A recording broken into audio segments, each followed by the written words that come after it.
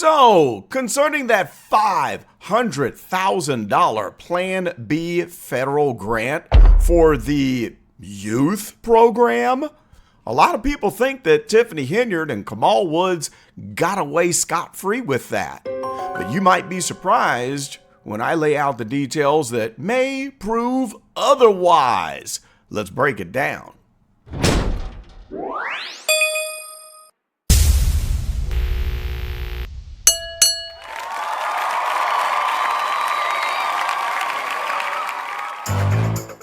What is up, gang? Carlton Flowers here, back in the Go Political courtroom to discuss the federal investigation into former SuperMayor Tiffany Henyard. And today's topic, as I said in the introduction, is that $500,000 that came from the Plan B federal grant for a youth program that we have no evidence that ever existed. So the question remains that we are going to answer today in the No Political Courtroom is this: did they get away with that scot-free, or what is going on? All right, so welcome back, and this is an update, but it is going to go over information that we already know. But I want to answer that lingering question, because a lot of people think that they got away with this. So we're going to debunk that.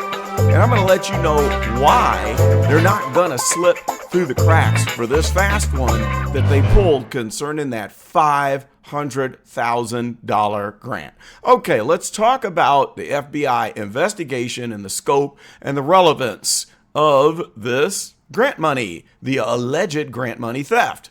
So the FBI's ongoing investigation into Tiffany Henyard's activities as the Dolton mayor and Thornton Township supervisor explicitly includes financial mismanagement. Yes, it does, which most likely encompasses that $500,000 Plan B grant. I don't see how in the world that it would not, okay? Subpoenas were released in April of 2024 and February of 2025 targeting the financial records, including the payments, the expense reimbursements, and the contracts involving Tiffany Henyard, the seven-figure man himself, Kamal Woods, and several others. Okay, so let's talk about the grant and the car wash. Now, if you've watched my previous videos, you know that I covered some rather dubious activity that was going on with this supposed youth program and the car wash. Car wash, yeah. Come on, y'all, and sing it for me. Car wash. Now, the April 2024 subpoena requested records related to township spending, Thornton Township, which would include the DCEO grants, like the $500,000 for the Plan B grant. All right. The February 2025 subpoena specifically named Kamal Woods and sought documents tied to a land development project. But its broad scope, which would include the citations, the code violations, the communications between those who were involved, it could cover the car wash address, which was listed for the youth program. So remember that? How when they applied for this at-risk youth violence prevention program, they said that it was going to be housed at an address, which just happened to be Mr. Seven Figures himself, Kamal Woods' defunct car wash. Very interesting. And then there's not a stitch of evidence, no pictures, no videos showing anything that involved youth so much as even washing cars, let alone having to do with a violence prevention program. So the DCEO confirmed it provided documents to federal authorities in response to the subpoena, though it was not informed of the specific reason. All right, let's talk about the status. as of right now, August 2025. Well, guess what, guys? The FBA, I am an FBA, the FBI investigation is still active with no reported changes against Tiffany Henyard or Kamal Woods for allegedly misappropriating that $500,000 grant. Now, interviews with the township employees and the subpoenas for the financial records indicate a thorough probe, but federal investigations into financial crimes, they can take years, guys, to yield indictments because of the complexity of tracing the funds and proving the intent. Number one, they scrambled all the books and covered their tracks. And number two, it's difficult to prove that they had a nefarious intent. Okay, so let's talk about the federal government oversight of this DCEO. So the DCEO, which administered the grant, and I don't know how in the world they let them get away with this. Who was slacking off in that office when they issued that money? Well, it has not independently launched a public investigation into the Plan B program's funds, but they complied with the FBI request for the documentation. All right? So that smacks in the face of the statements by people who are of this wild belief that they got away with it and it's just been swept under the rug and forgotten. No, the ball's rolling.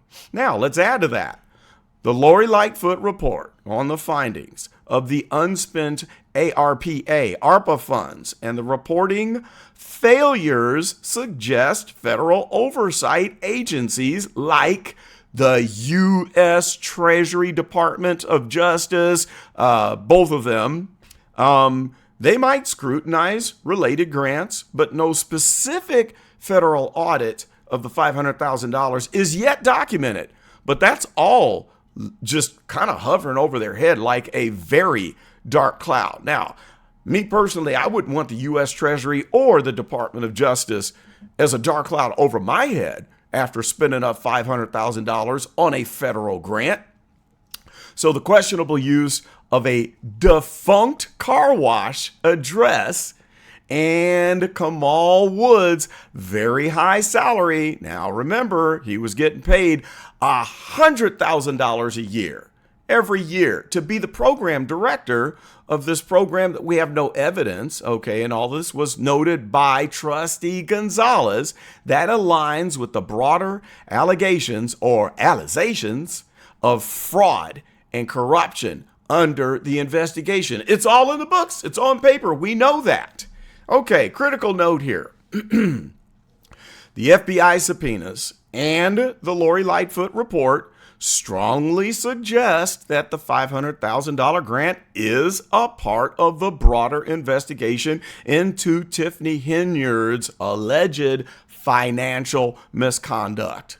There's no two ways about it. That's just it. So the car wash address, so dumb. I can't believe they even did that. And the lack of evidence for the youth program activities. I mean, we have no videos. We have no award ceremonies. We have no kids washing cars. We don't have anything. All right. So none of that. No program activities. So those are likely focal points because they would indicate potential fraud or misappropriation. However, no sources confirm a specific FBI probe targeting only the Plan B grant. And why? It's because it's bundled with all the other financial allegations. Okay, so how about the broader context of the FBI investigation into Tiffany Henyard and Kamal Woods? Well, let's talk about a few of the aspects of the broad investigation. Number one, we discussed this already, the no-bid contracts and kickbacks. And there are people in the comments who say no-bid contracts, oh, it's perfectly legal. Kickbacks, it didn't happen, no evidence. Well, to the contrary, guys, the FBI is investigating the no-bid contracts.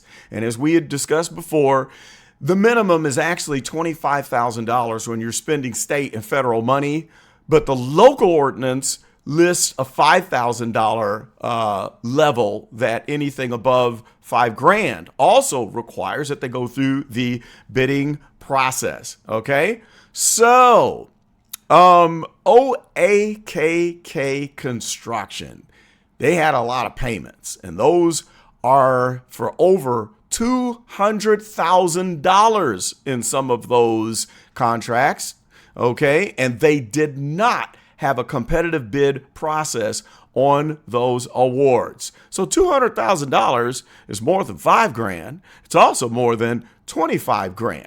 All right. So giving out $200,000 of work without contracts, which may parallel the Plan B grant's lack of transparency, is going to really throw a wrench into their ability to wiggle out of these problems. It's all interconnected. So subpoenas also targeted businesses linked to Tiffany Henyard's charity and Kamal Woods, suggesting scrutiny of kickbacks and self-dealing. Now, what does that mean? Here's what it means. When you've got kickbacks going on, you got to cover your tracks. The way you do that is you set up a nonprofit like Tiffany Henyard Cares Foundation. So you might tell a person, hey, OAKK Construction, we're going to give you this $200,000 contract for work, and you're not going to have to go through the bidding process, but we want you to make a donation over here. This is just allegedly. Make a donation to this foundation over here. Well, then what the person does that created the foundation, they spend the money themselves.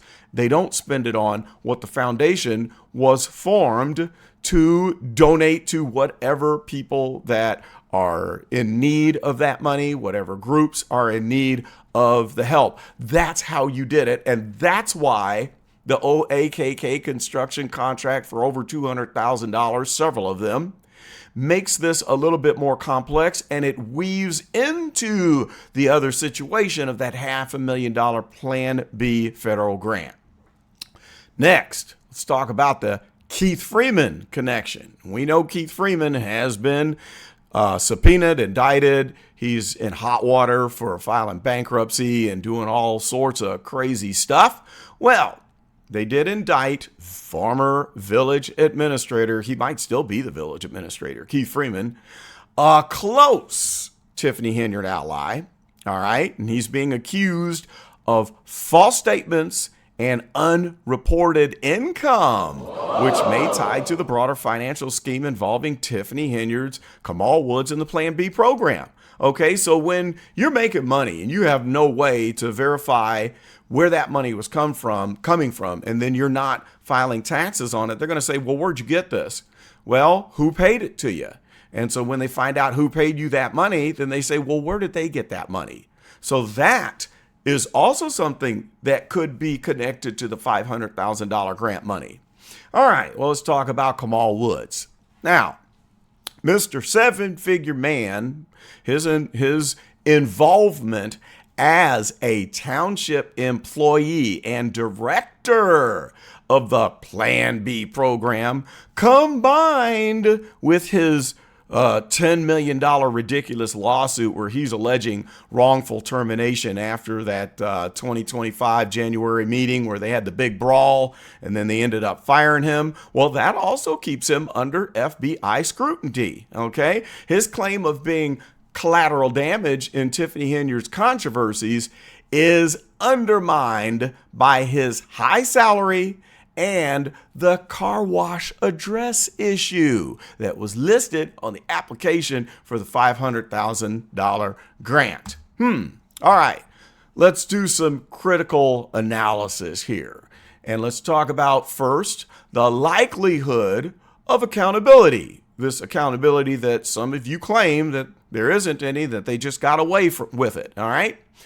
So Tiffany Henyard and Kamal Woods have not been charged. We know that for a fact. So they have technically gotten away with potentially misusing that $500,000 grant money for now. Okay. But the FBI investigation is still active, and that is supported by subpoenas. And the Lori Lightfoot report suggests that accountability is still possible. So that's still in there. Okay. Now, the defunct car wash address, and the lack of program documentation is damning. Yes, that is very damning. But proving criminal intent requires concrete evidence of fund diversion. There's a lot of work to do to prove that. So the challenges for this investigation are this. The FBI does face hurdles in tracing down that $500,000, as Henyard's administration was criticized for poor record keeping. Now, we know that it wasn't poor record keeping. It was done on purpose to throw everyone off of the trail. The DCEO's lack of insight into the subpoena's purpose also indicates limited state oversight, leaving the federal authorities to untangle this whole mess of how they use the funds. So that's a challenge. How about public and political pressure? Well, the high-profile nature of Tiffany Henyard's controversies, amplified by the Edgar County watchdogs, the media, and trustees like Gonzalez and Wiedemann, ensures continued scrutiny. And the Lori Lightfoot report, the findings, and the FBI's persistence suggest charges. Charges could emerge once the evidence solidifies. Okay, so that's a plus. That helps. Now, Tiffany Henyard's defenses. Let's talk about that. So Tiffany and Kamal, through attorney Bo Biscuits Brindley, shout out to Tiffany and Frank, they maintain their innocence, framing investigations as politically motivated.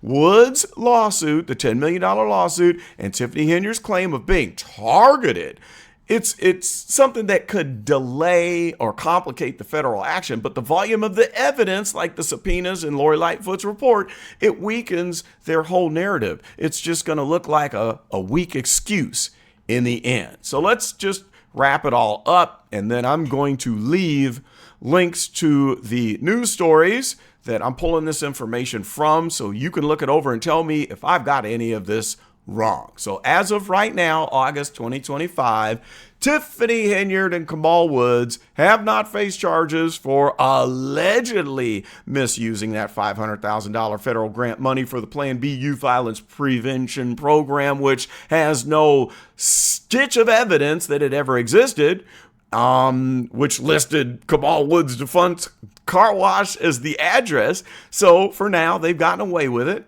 in a sense of avoiding legal consequences, as of today, but no evidence confirms that the funds were spent on the youth programs, and the car wash address strongly suggests impropriety, okay? Now, the FBI is still actively investigating as a part of the broader probe into Tiffany Henyard's alleged financial misconduct, and some people are even disagreeing with that. I don't understand it.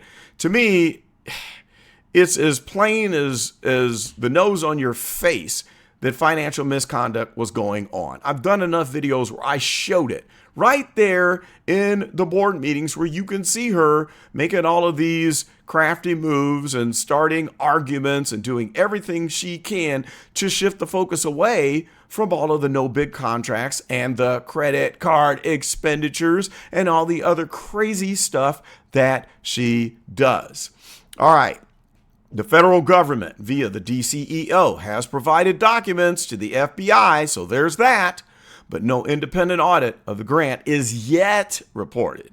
So the investigation's scope, including the no-bid contracts, the kickbacks, well, that indicates continued pursuit of Tiffany Henyard and Kamal Woods, because those are all interwoven due to the fact that they had those nonprofit charities where they were having people donate. And as soon as they connect those dots, they're going to be in big, big trouble. So the outcome depends on finding all that evidence, setting out all of the timelines, and connecting the dots. All right. So we're going to leave links to where I got this information. It's Chicago Tribune, Fox News, WGN. And I'm going to keep you posted. But I think this pretty much squashes this whole argument that they got away with it scot-free. They're not. I would love it if you could prove to me to the contrary. After everything that I laid out here, pretty obvious to me that this is an ongoing thing and that they are still under the microscope. Okay, so definitely tick the notification bell, like, subscribe, share this video, do all that good stuff, because I'm going to keep the reports coming. Some people don't want to hear updates until Tiffany Henyard gets subpoenaed, indicted, and thrown in jail. Others want to hear the developments and learn more about the case and how this legal system is going to work out, and if the state of Illinois and plus the Federal Bureau of Investigations will stand up for the rule of law and get this sucker done. Get it finished once and for all. Post in the comments, let me know if you enjoy the updates, if you want more insight on the likelihood of an indictment coming down and convictions, or if you don't want to hear about any of this until Tiffany Henyard possibly gets arrested and thrown in jail. So thanks for watching. I got a whole bunch of new stuff coming your way. I'll post it in the community tab, and I'll even put up some polls so you can vote on what you would like me to cover. And that's about all I got for this one. This is Carlton, and I am out.